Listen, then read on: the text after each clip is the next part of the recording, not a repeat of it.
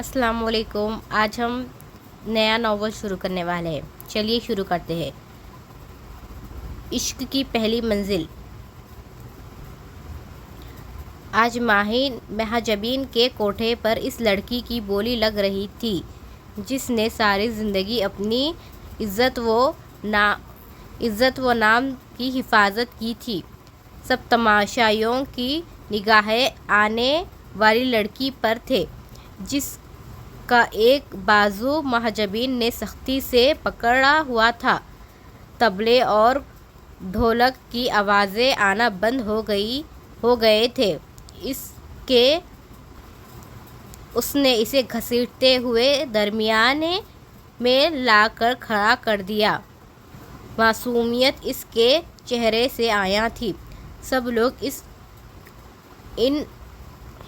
سب لوگ اسے آنکھیں اٹھا کر دیکھ رہے تھے۔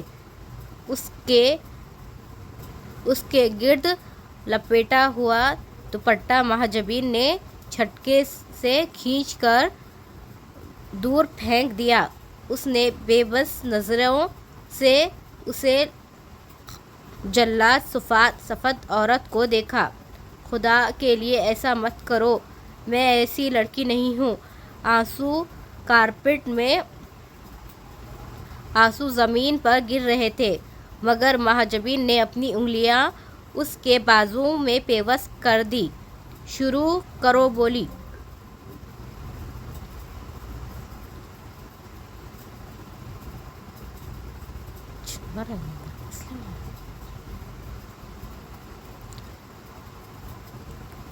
شروع کرے بولی۔ اس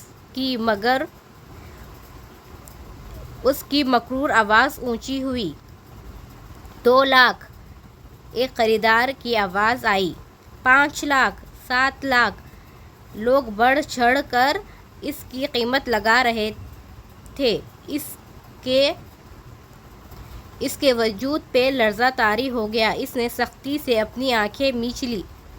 نہیں، اللہ پاک، اس ذات کی اس ذلت کی زندگی سے بہتر ہے آپ مجھے موت دے دیں۔ میں یہ زندگی نہیں گزار سکتی۔ مجھے عزت کی موت دے دیں۔ ان بھیڑیوں سے بچا لیں مجھے۔ میں یہ سب نہیں سہ سکتی۔ مجھے اس مشکل میں اکیلا نہ چھوڑیں۔ آپ تو شاہ رخ کے بھی زیادہ قریب ہیں۔ میری عزت کی حفاظت کریں۔ مجھے یہاں سے بچا لیں۔ آنسو اس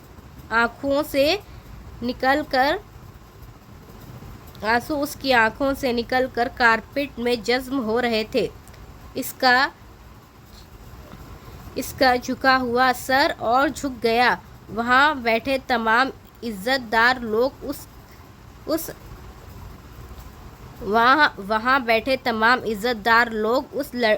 اس لڑکی کو، اس انمول لڑکی کو معمول لگنے لگے۔ ایک دوسرے سے بڑے تھے لیکن ساکت بیٹھے اس کے لرزتے ہاتھوں کی پشت پر گرتے آنسو دیکھ رہے تھے۔ یہ نہیں تھا کہ اس نے کبھی خوبصورت لڑکی نہیں دیکھی تھی، لیکن اس لڑکی میں کچھ اور تھا۔ وہ سب سے معروف تھی، وہ سب سے منفرد تھی۔ 10 لاکھ۔ ایک اور تماشائیوں کی آواز آئی۔ مہاجبین کی بے چینی کھل گئی۔ ارد گرد کیا ہو رہا تھا اس سب سے بے خبر وہ یکٹک اس کو دیکھ رہا تھا۔ مہاجبین نے چاروں طرف دیکھ کر گنتی شروع کی۔ 10 لاکھ۔ 1۔ اللہ جی پلیز مجھے بچا لیں۔ وہ ایک بندے وہ آنکھیں بند کیے ہوئے اللہ کو پکار رہی تھی۔ 10 لاکھ۔ 2۔ اس کی سانس مدھم ہو گئی تھی۔ نہیں اللہ پلیز نہیں۔ 50 لاکھ۔ سارے مجمع کی خاموشی کو ایک شخص کی سرد آواز نے توڑا تھا۔ 1000 بار کہا ہے جلدی اٹھا کرو، دیر تک سوئے رہنے سے بے برکتی ہوتی ہے، مگر مجال ہے جو تیرے کان پہ جوں تک رینگ جائے، کوئی ڈھول بھی پیٹے تب بھی تیری آواز نہ کھلے۔ پتہ نہیں کون سے گھوڑے بیچ کر سوتی ہو، کل سے ہرگز نہیں اٹھانا، میں چاہے سوتی رہوں دوپہر تک۔ لوگوں کی بیٹیاں ہوتی ہے، سارے گھر کے کام سنبھال لیتی ہے، ماؤں کو فکر نہیں ہوتی، اور ایک ہم تو سورج سر پہ آ جائے، اور ایک تم ہو سر پر سورج آ جائے مگر تمہاری نیند نہیں ٹوٹتی۔ اماں حسب معمول اسے ڈانٹ رہی تھی اور وہ چپ چاپ ڈانٹ کھاتے ہوئے تیزی سے ناشتہ کر رہی تھی۔ آہستہ آہستہ کھاؤ، اٹھا نہیں لوں گی، اٹھانے نہیں لگی میں تمہارے آگے سے۔ اماں نے غصے سے دیکھا۔ نہیں اماں، وین نہ آ جائے، لیٹ ہو جاؤں گی میں، ابھی باکس بھی رکھنی ہے۔ اس کے بس اتنا ہی کہنے کی دیر تھی، اماں پھر سے شروع ہو گئی۔ ہاں تو کس نے کہا ہے آدھی دوپہر تک سوتی رہا کرے، کتنی بار کہا ہے رات کو چیزیں تیار کر کے رکھا کرو، پر تجھے اثر ہو تب نہ، تو کہتی ہوگی ماں کا کیا ہے، بولتی رہے۔ ایک تو نکمّی کم تھی کہ دو اور میرے گھر میں آ گئے۔ اماں نے بھابھی کو کمرے سے باہر آتے دیکھ کر کہا۔ بھابھی وہاں سے منہ بناتے ہوئے پلٹ گئی۔ بس کرے نا اماں، پکا آئندہ جلدی اٹھوں گی۔ اس نے اماں کی گلے میں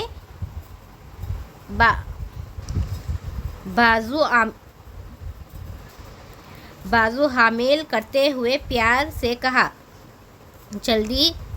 جلدی کر، تیار ہو جا، پھر شور مچاتے پھرے گی۔ اماں نے ناشتے کے برتن سمیٹتے ہوئے کہا۔ وہ فوراً سے تیار ہونے چل دی۔ وین کا وصل سنتے ہی وہ چادر اٹھا کر باہر آئی۔ اچھا اماں، میں جا رہی ہوں، اپنا خیال رکھنا، اللہ حافظ۔ اس نے گیٹ سے باہر نکلتے ہوئے کہا۔ اللہ حافظ۔ اماں نے اس پر آیت الکرسی پڑھ کر پھونکی۔ کچھ دنوں سے ان کا دل ہول رہا تھا، جیسے کوئی انہونی ہونے والی ہے۔ عجیب سے وہم ہر وقت گھیرے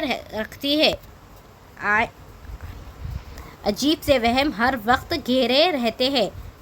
عدن جب تک گھر سے باہر رہتی، ان کا دل مختلف خدشات میں گھرا رہتا ہے۔ اب اسے جاتے دیکھ کر انہیں پھر سے بے چینی لگ گئی تھی۔ اللہ کی امن میں انہوں نے ایک بار پھر دور جاتی وین دیکھا۔ محمد عالم کے صرف 2 ہی بیٹے تھے، نواب عالم اور میر عالم۔ نواب عالم جتنے فرما بردار اور سلجھے ہوئے انسان تھے، میر عالم اتنے ہی نافرمان اور شیطانی صفت کے حامل تھے۔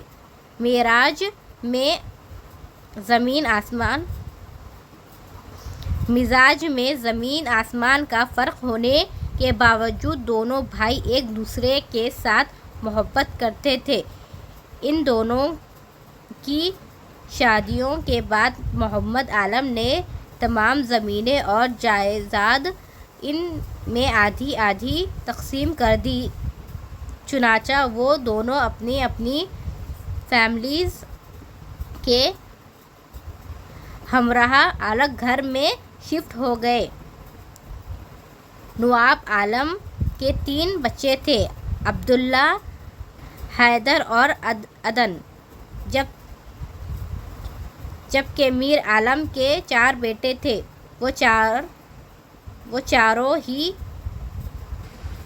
وہ چاروں ہی آوارہ صفت کے گھٹیا مشغل کے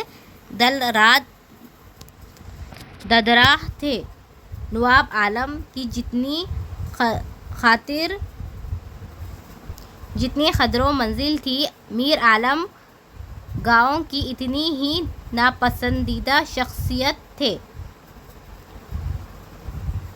آئے دن لڑائی فساد، زمینی جھگڑے، لوگوں کی بیٹیوں کو بلا وجہ تنگ کرنا اور بہت سی حرکتوں کی وجہ سے صرف یہی خاندان ہوتا تھا۔ ان کی ان غلط حرکتوں کی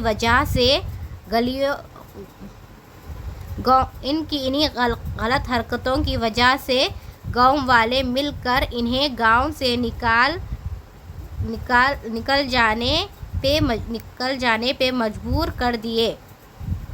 میر عالم کو دھچکا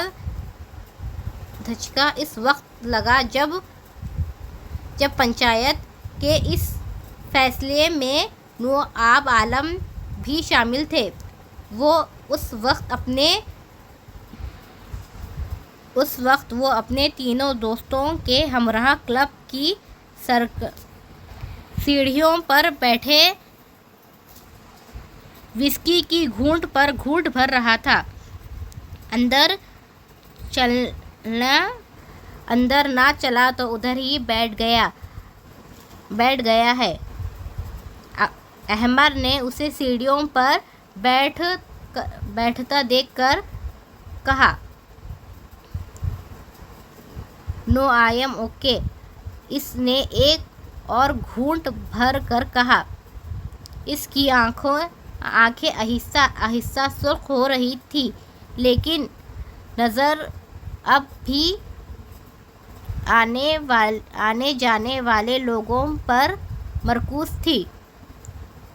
وہ چاروں وہاں آنے والے لوگوں پر اپنا تبصرہ کرتے ہوئے بے حکم کہکا لگا رہے تھے۔ فرحاں نے میرا دماغ چاٹ لیا ہے تیرا پوچھ کر۔ امراء نے دوسری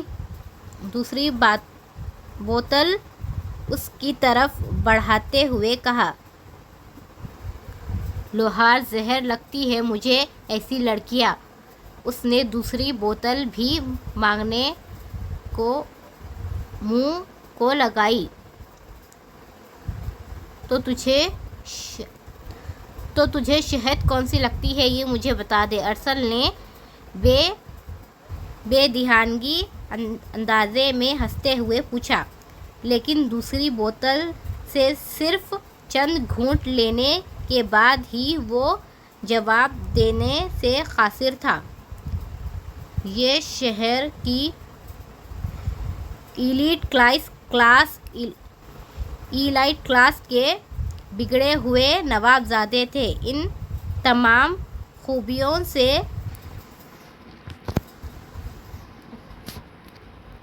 لبریز جو اپر کلاس کے اس ٹائپ میں کسی بھی لڑکے میں ہو سکتی ہے، اس وقت وہ نشے میں دھت ارد گرد سے غافل کلب کی سیڑھیوں پر گرے پڑے تھے۔ Good morning every one, sorry میں آج لیٹ ہو گیا، ڈائم نے ڈائننگ ٹیبل کی چیزیں گھسیٹتے ہوئے کہا۔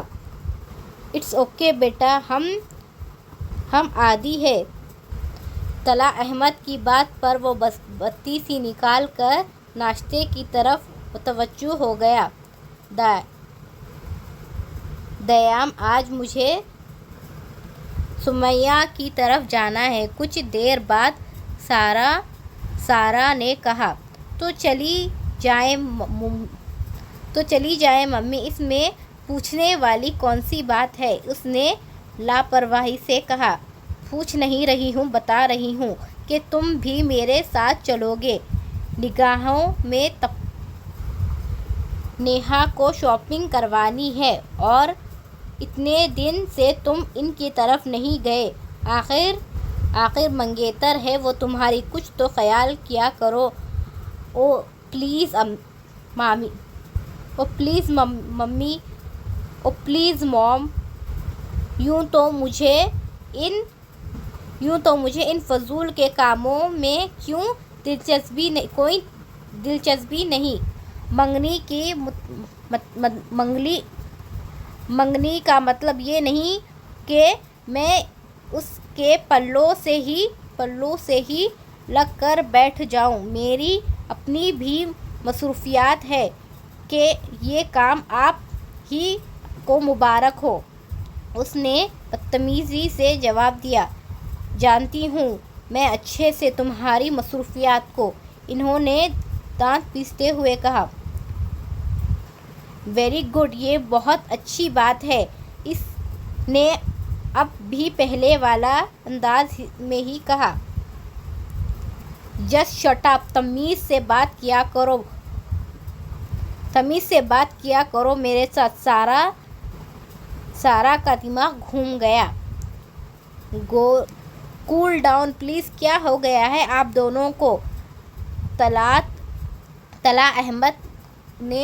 طلعہ احمد جو ناشتہ کرتے ہوئے ماں بیٹے کی تقریر سن رہے تھے، ایک دم درمیان میں بولے۔ مجھے تو کچھ نہیں ہوا، آپ کے بیٹے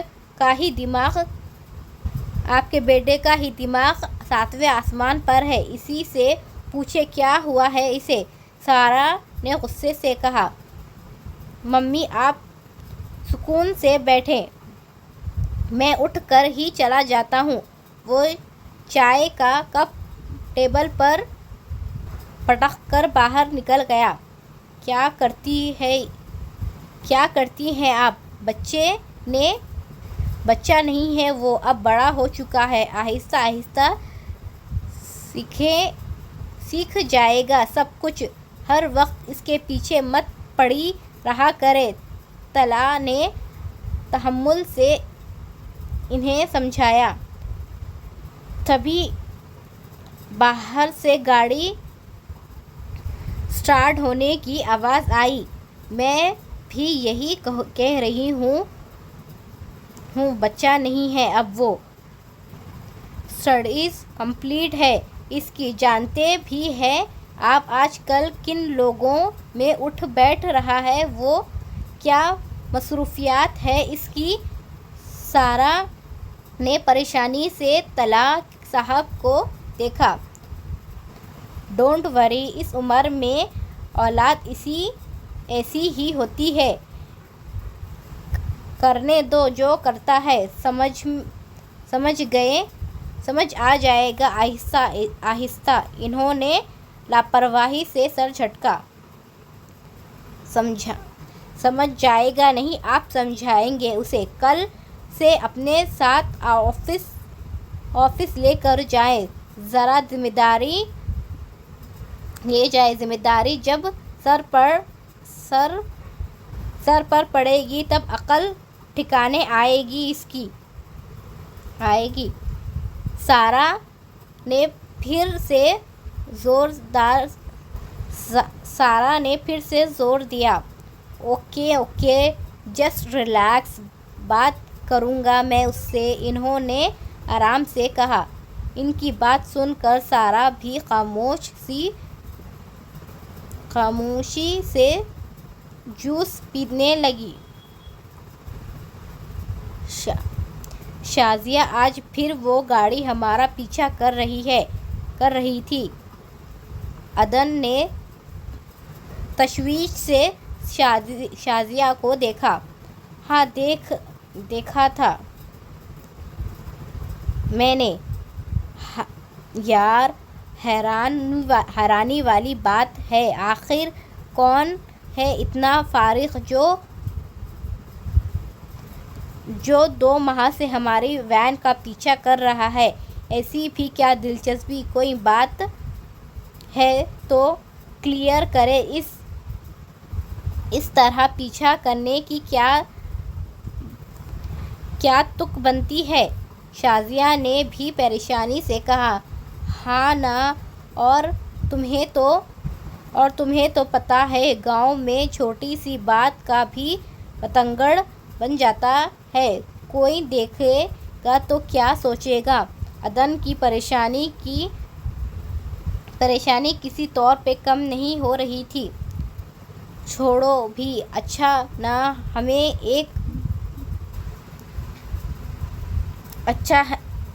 ہے نا ہمیں ایک باڈی گارڈ مل گیا، وہ بھی مفت میں۔ ہانیہ کی بات پر وہ دونوں ہنس پڑی۔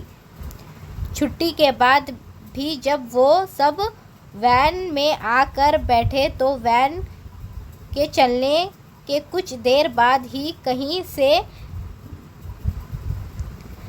سے گرے کار والا نمودار ہو گئی۔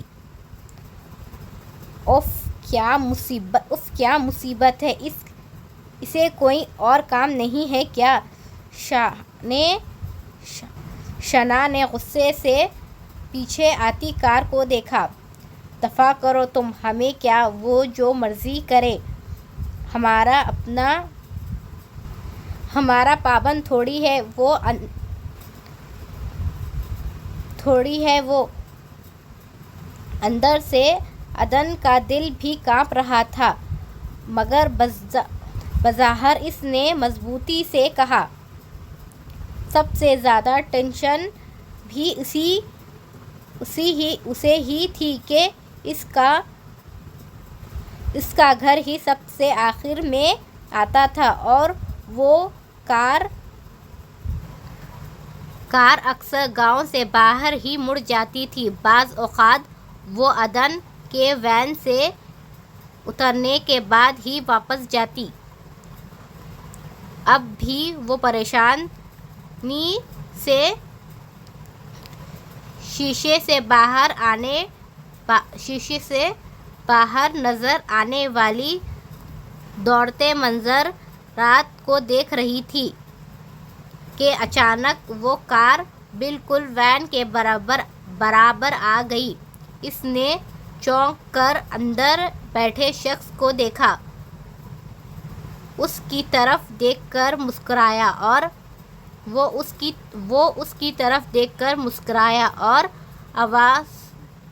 اور زن سے گاڑی آگے بھگا لے گیا۔ اس کی صرف آنکھوں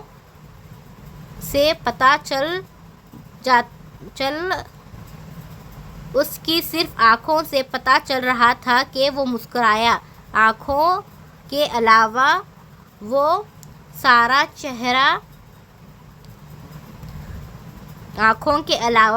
سارے چہرے پر مسکرایا تھا۔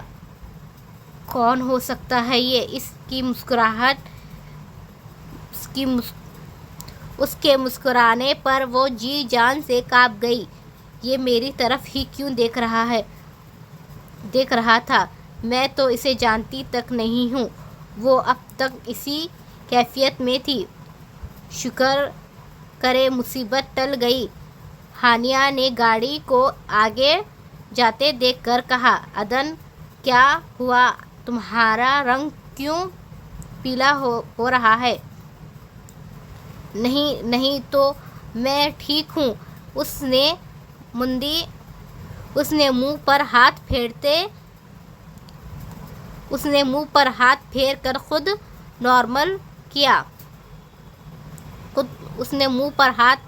خود کو نارمل کیا۔ کون تھا وہ؟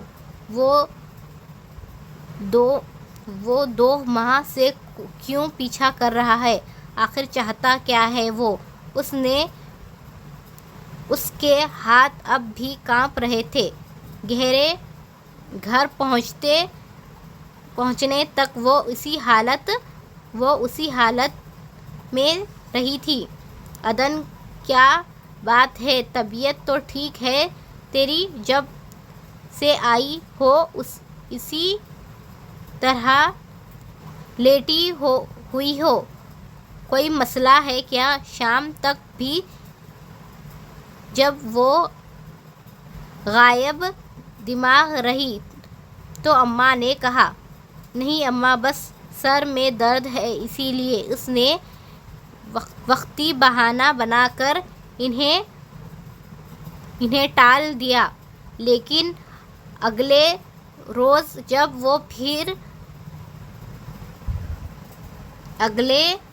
جب وہ پھر کسمندی سے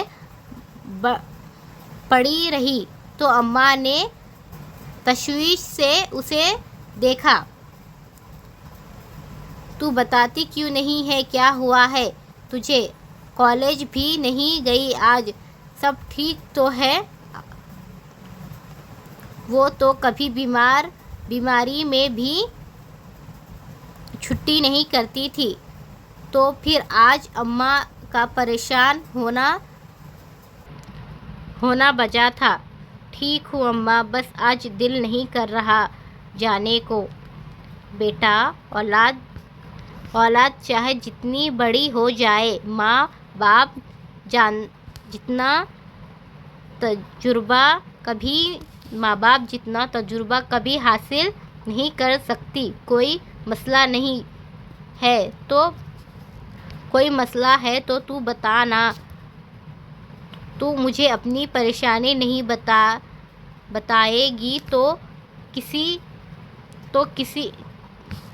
کس سے کہے گی؟ چل بتا، کیا بات ہے؟ کل سے میں دیکھ رہی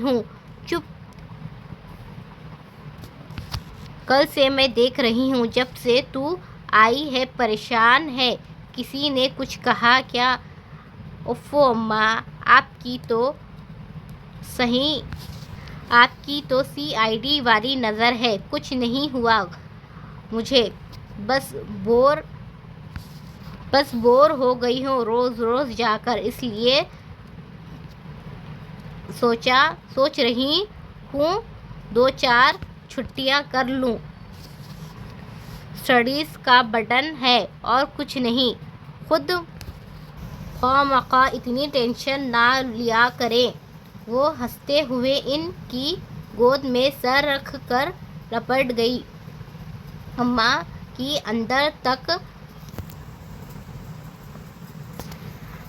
اندر تک اتر جانے والی نظروں سے وہ واقعی گھبرا گئی تھی۔ پہلے تو جی میں آیا کہ سب کچھ انہیں بتا دوں، مگر اماں کو بتانے کا مطلب کالج سے ہمیشہ کے لیے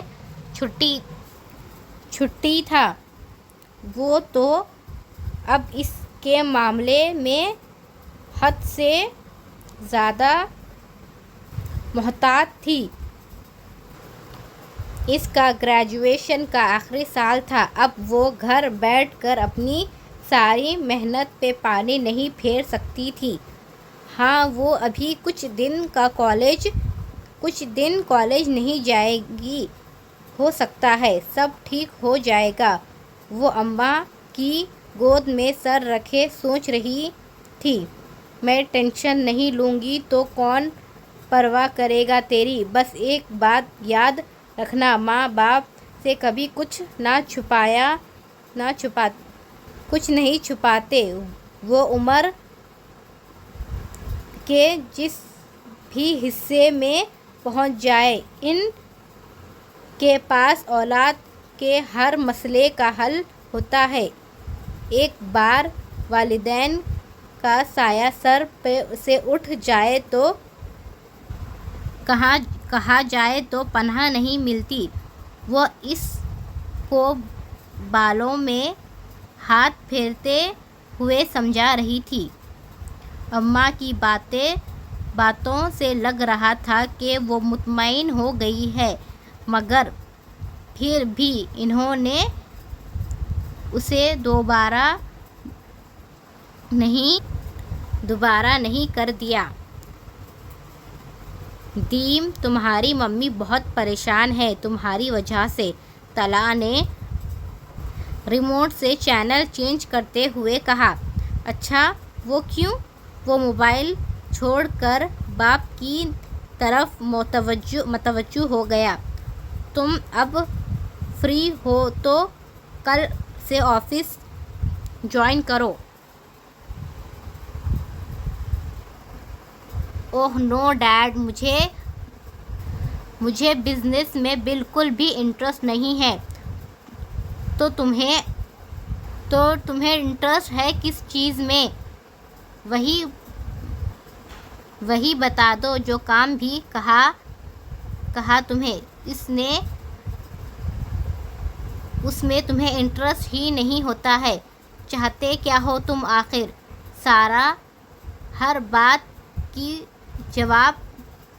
سارا اس کی ہر بات پہ نانا سے تنگ آ چکی تھی۔ اب چپ کریں، میں بات کر رہا ہوں نا۔ طلحہ احمد نے فوراً مداخلت کی۔ اچھا، تو آپ کو ممی نے پٹی پڑھائی ہے؟ اس نے منہ پھیرتے ہوئے باپ کی طرف دیکھا۔ طلحہ کہکا لگا کر ہنس پڑا۔ غلط نہیں کہا ہے میں نے کچھ بھی، ماں نے بھی تمہاری ماں ہوں، میں تمہاری دشمن نہیں ہوں۔ وہ خونخوار نظروں سے اسے دیکھتی ہوئی بولی۔ الیکشن سر پر ہے، میں آفس کو پراپر ٹائم نہیں دے سکتا، سو تم اب آفس جوائن کرو، بلکہ ایسے کرو اپنی کمپنی کو ہی دیکھو تو زیادہ بہتر ہے، بہت مانگ ہے اس کی پروڈکٹ کی۔ فی الحال تو سب کچھ مینیجر پر چھوڑا ہوا ہے، مگر کب تک اسے خود دیکھوں؟ سب سے پہلے تو مشینری رینیو کرواؤ، نئی ٹیکنیشین کو فالو کرو، اسٹاف میں چیکنگ کرنی ہے تو وہ کرو، اسٹاف میں چینجنگ کرنی ہے وہ تو کرواؤ، اسے فل ٹائم دو تو وہ ڈبل پروفٹ دیں گی۔ اس کا مطلب ہے آپ نے ممی کی بات لازمی مانی ہے۔ اس نے بے چاری سی شکل بنا کر کہا۔ ظاہر ہے یار، واپس تو گھر ہی آنا ہوتا ہے۔ طلحہ نے آہستگی سے کہا۔ وہ دونوں کہکا لگا کر ہنس پڑے۔ حالانکہ میں چاہتا تھا آپ مجھے تھوڑا ٹائم دیں، ابھی تو میں ٹھیک سے انجوائے بھی نہیں کر سکا۔ نو مور ٹائم، اپنی ایکٹیویٹیز کو کم کرو، کل سے تم جوائن کر رہے ہو۔ مینیجر تمہیں ہر چیز سمجھا دے گا، کوئی مشکل نہیں ہوگی، مگر صرف الیکشن ہونے تک، اس کے بعد آپ اپنا کام خود سنبھال لیں گے۔ اس نے بھی لگے ہاتھ شرط رکھ دی۔ ہاں ٹھیک ہے، طلحہ نے سر ہلا دیا۔ اسے مانتا دیکھ کر سارا نے بھی سکون کا سانس لیا۔ ان باپ بیٹے میں بالکل انڈرسٹینڈنگ تھی۔ وہ شروع سے ہی طلحہ کی زیادہ قریب تھا، مگر سارا سے اس کی اتنی نہیں بنتی تھی۔ وہ ہر وقت روک ٹوک کرتی رہتی تھی۔ ہائی سوسائٹی سے تعلقات رکھنے کے باوجود بھی ان کے اندر وہی ٹپیکل قانون تھے، اپنے شوہر اور بچوں سے محبت کرنے والی، ہر دم ان کے لیے پریشان۔ وہ خود ایک NGO چلا رہی تھی، زیادہ تر وقت گھر سے ہی باہر گزرتا تھا، مگر پھر بھی بچوں کے معاملے میں انہوں نے کبھی بھول چوک نہیں کی۔ دائم کے متعلق آج کل کچھ اچھی خبر نہیں مل رہی تھی، تبھی ان کی پریشانی میں اب اضافہ ہو رہا تھا۔ حالانکہ باقی سب کے نزدیک یہ کلچر کا حصہ تھا، اس سے کوئی فرق نہیں پڑتا تھا، مگر اپنے بچوں کو آئیڈیل بنانا چاہتی تھی۔ اس لیے انہوں نے طلحہ کے ذہن میں دائم کو آفس لے جانے کا خیال ڈالا۔ طلحہ احمد ایک جانے مانے انڈسٹری میں نامور سیاردان تھے۔ ان کے 4 بچے تھے، ریان، ایانا، سارم اور دیام۔ ریان اور ایانا دونوں شادی شدہ تھے۔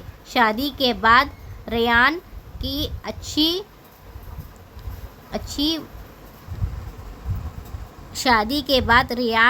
کراچی، جبکہ ایانا اپنے شوہر کے ساتھ انگلینڈ میں سیٹل تھی۔ سارم بھی انگلینڈ میں اپنی ایجوکیشن کمپلیٹ کر رہا تھا، جبکہ ریان باپ کے ساتھ مل کر بزنس کو وسیع سے وسیع تر رکھ رہا تھا۔ اب بھی وہ کراچی میں بزنس سیٹ کرنے کی وجہ سے خود بھی وہاں سیٹل ہو گیا۔ دائم ان کا سب سے چھوٹا اور لاڈلا بیٹا تھا۔ سارا چاہتی تھی کہ وہ بھی سارم کی طرح باہر سے ہی ڈگری لے کر آئے، مگر وہ دائم ہر معاملے میں اپنی مرضی کروانے والا، اس سے یہاں رہنے پڑھنے کو ترجیح دی، اور طلحہ نے ہمیشہ کی طرح اس کا ساتھ دیا۔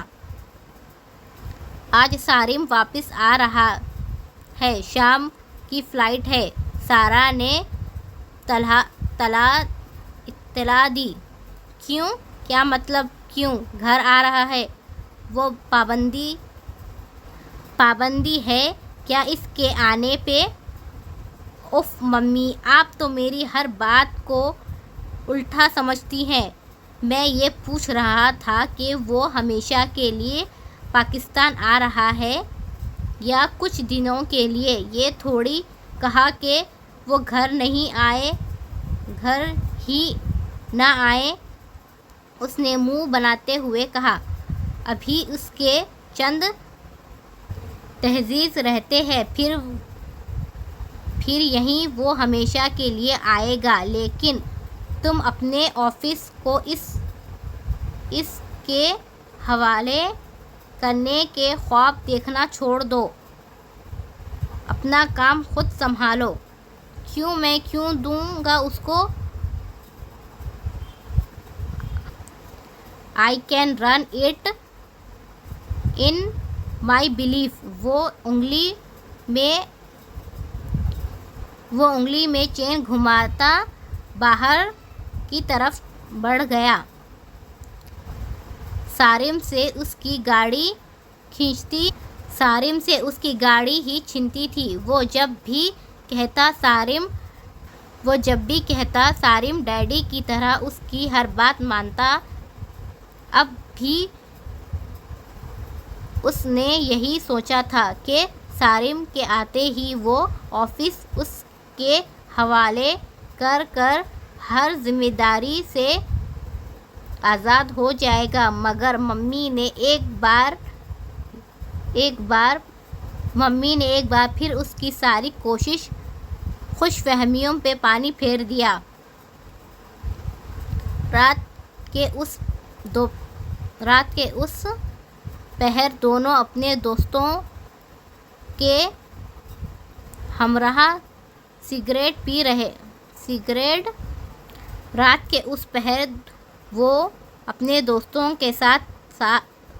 کے ہمراہ سڑکوں پر آوارہ گردی کر رہے تھے۔ آج ارسلان کوئی نہیں آیا؟ آج ارسلان کیوں نہیں آیا؟ اس نے چیونگ گم منہ میں ڈالتے ہوئے باقی دونوں سے پوچھا۔ اس کا ٹھکانہ گرلز کالج ہے۔ میرا تو خیال ہے وہ رات کو بھی وہیں کھڑا رہتا ہے۔ احمر نے اس کے ساتھ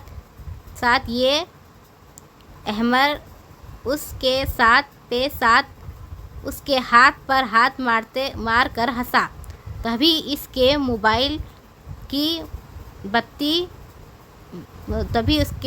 کی بیل ہوئی۔ ہلو، ہاں ہلو، میرے سامنے ہی ہو، خود ہی اس بات کر لو۔ ہلو، میرے سامنے ہی ہے، خود ہی اس سے بات کر لو۔ احمر نے موبائل اس کی جانب بڑھایا۔ اس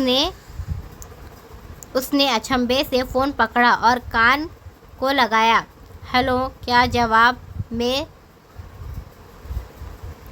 کے جواب میں نسوانی آواز سن کر اس نے فون کان سے ہٹا کر اسپیکر آن کیا۔ اسکرین پر موجود وہ نام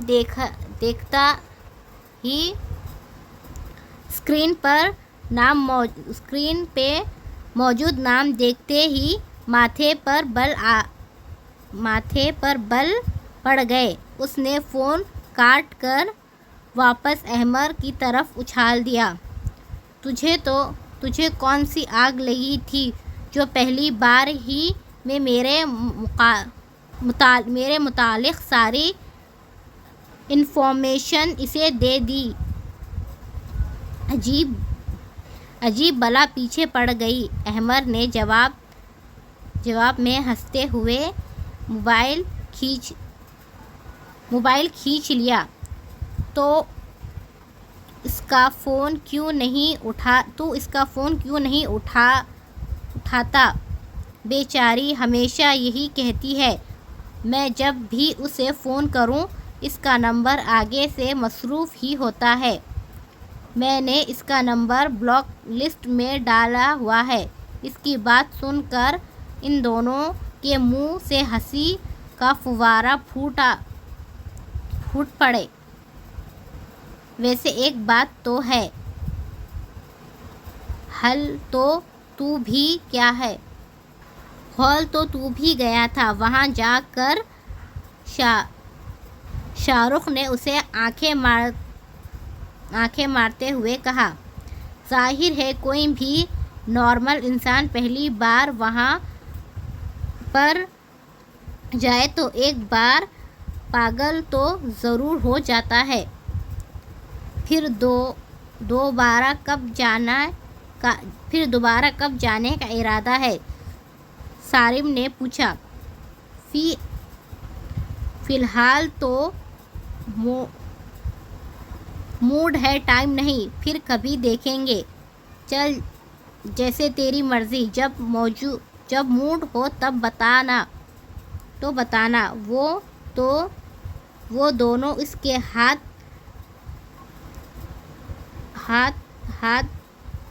وہ دونوں ساتھ چلنے لگے۔ آج وہ ایک ہفتے بعد کالج آئی تھی اور اب سب سے نوٹس اکٹھا کرنے میں مگن تھی۔ عدن میرے ساتھ بازار تک چلو، مجھے کچھ چیزیں خریدنی ہیں۔ ابھی چھٹی میں کافی ٹائم تھا جب شازیہ نے اسے کہا، ہرگز نہیں، پاگل ہو گئی ہو کیا؟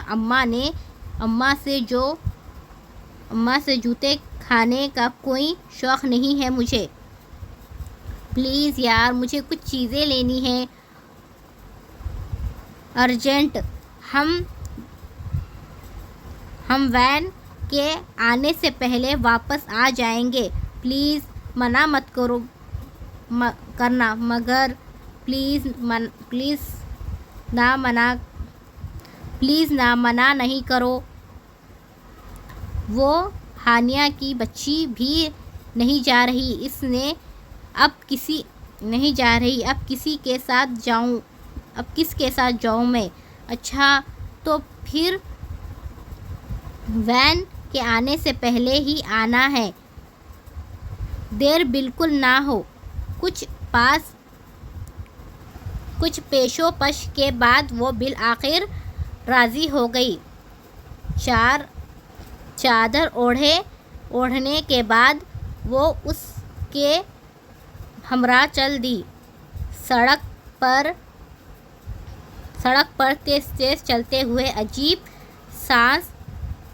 سا احساس ہونے پر اس نے پیچھے مڑ کر دیکھا تو پاؤں کے نیچے سے زمین نکل گئی۔ اس نے فوراً شازیہ کا ہاتھ زور سے پکڑ لیا۔ کیا ہوا؟ وہ گاڑی ہمارے پیچھے آ رہی ہے۔ شازیہ نے ایک نظر پیچھے مڑ کر دیکھا، پھر خاموشی سے دوبارہ چلنے لگی۔ کیا ہوا تم بول کیوں نہیں رہی؟ عدن، تم لوگوں کے فیملی ایشوز تو نہیں چل رہے کسی کے ساتھ؟ کوئی دشمنی وغیرہ؟ کیا مطلب؟ اس نے حیران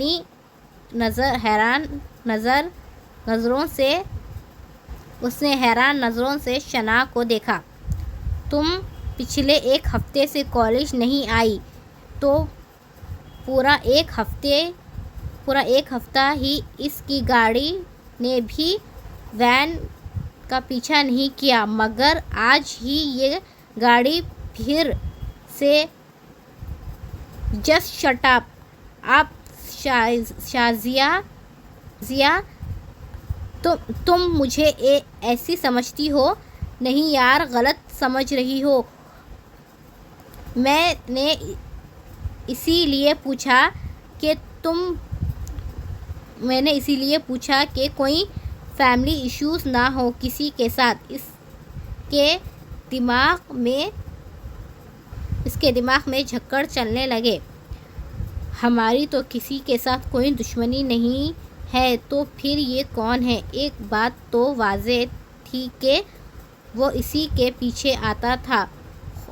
خوف نے چاروں طرف سے اسے اپنی لپیٹ میں لے لیا۔ شازیہ واپس چلو، مجھے بازار نہیں جانا۔ اسے اب احساس ہو رہا تھا کہ کالج سے نکل کر اس نے کتنی بڑی غلطی کی ہے۔ پلیز یار، اب ہم اتنا آگے آ گئے ہیں، وہ سامنے ہی تو ہے شاپ، بس 10 منٹ لگیں گے۔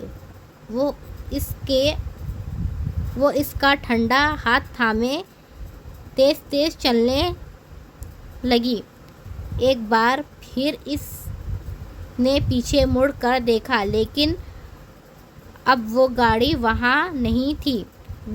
وہ دکان کے اندر داخل ہو کر ہی اس نے سانس بحال ہوئی۔ اس کی سانس بوجھل ہوئی۔ شازیہ اپنے لیے چیزیں پسند کر رہی تھی، مگر وہ غائب دماغی سے ادھر ادھر دیکھ رہی تھی۔ کون ہو سکتا ہے؟ کیوں آتا ہے میرے پیچھے؟ مجھے اماں کو سب کچھ بتا دینا چاہیے تھا۔ ہاں، آج جا کر ہی اماں کو سب کچھ بتا دوں گی، پھر بابا خود ہی سارے معاملے سے نپٹ لیں گے۔ وہ کھڑی سوچ رہی تھی کہ شازیہ نے اس کا کاندھا ہلایا۔ چلیں، ہو گئی شاپنگ؟ ہاں، ہو گئی۔ وہ دکان سے باہر نکل آئے۔ پریشان مت ہو، تم انکل سے بات کرنا، سب ٹھیک ہو جائے گا۔ اچھا، یہ دیکھو میں نے تمہارے لیے خریدا ہے۔ میں نے کہا، خریدا ہے؟ ہاں، کہاں گیا؟ ادھر ہی تو تھا۔ وہ شاپر کو ایک ہاتھ سے دوسرے ہاتھ میں منتقل کر رہی تھی۔ او نو، اب کیا ہوا؟ یار وہ ریڈ بیگ تو وہیں رہ گیا۔ اس نے افسوس سے ماتھے پہ ہاتھ مارا۔ تم پاگل ہو گئی ہو؟ دھیان کہاں ہے تمہارا؟ اب پھر واپس جانا پڑے گا۔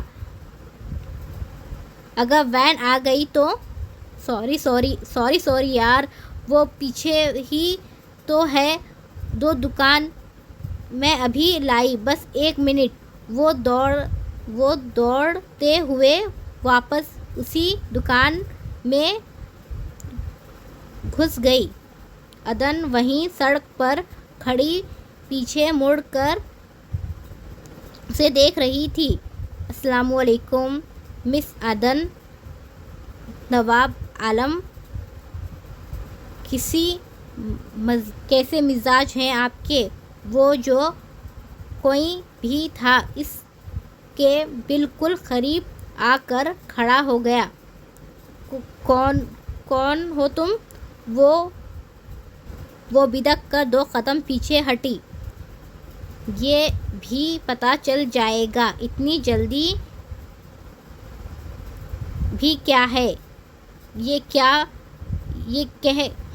کہہ کر اس نے اسے بازو سے پکڑ کر پاس کھڑی کار کی جانب گھسیٹا۔ چھوڑو مجھے، کون ہو تم؟ لے کر کہاں جا رہے ہو؟ چھوڑو مجھے، بچاؤ!